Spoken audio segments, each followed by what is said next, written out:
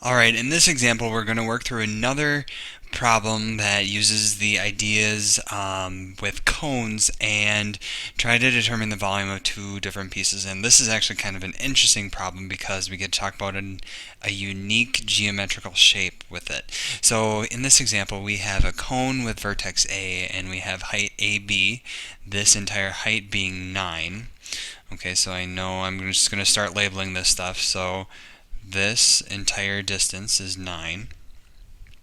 Okay, and I know BC, so the distance from the center of the circle to sides or to point C on the circumference is 12. And let's see, the cone is cut into two pieces by a plane perpendicular to AB. Okay, and at point X, when we know that AX is 6, so that makes XB 3. Alright, and then, so after this it says find the volume of the two smaller pieces formed. And to do this, what I'm going to do is I'm actually going to set up a proportion. So I know that I'm going to have similar figures here.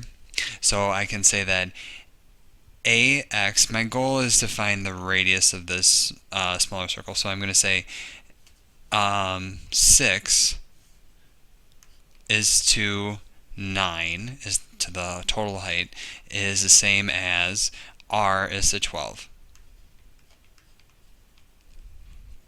Okay, so I go ahead and solve for R, and then I'm going to get R is equal to 8. Okay, so this is nice because now I can find the volume of this smaller cone here. So I'm going to say cone, and I'm going to identify it by the vertices that are involved. So cone A, X, Y.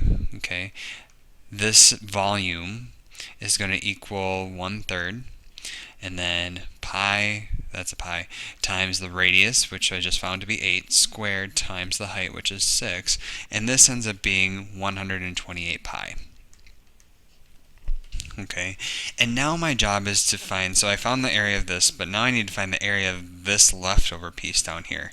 Now this piece is actually called a frustum, okay, frustum of a cone.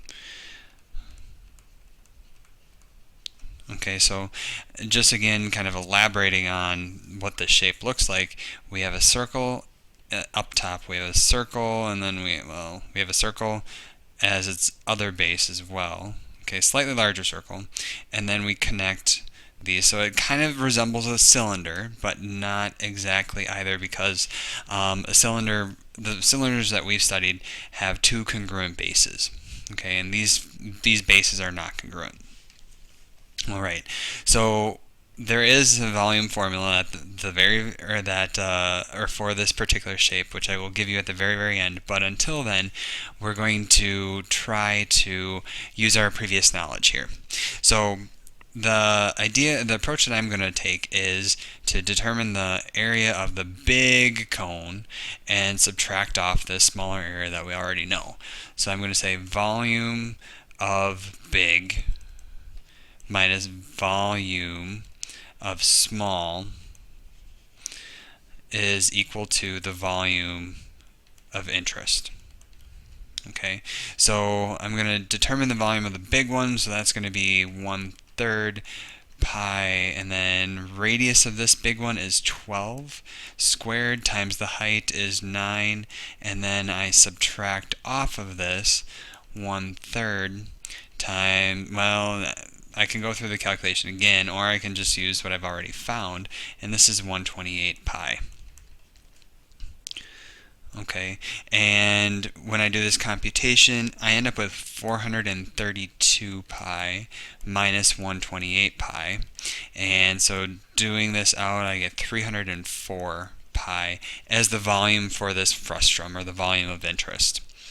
Okay, so now if you're interested in knowing what the volume of a frustum is, or what that formula is, if I identify this as the smaller radius, I'm going to denote that with little r, and if I denote this bigger radius with a capital R, and this is the height of the cone, the volume is actually well studied, and this is going to be pi times the height over 3 times the quantity big radius squared plus small radius times big radius plus small radius squared.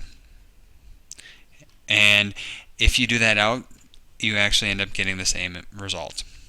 Okay, and this was just another example of using the formulas for a cone.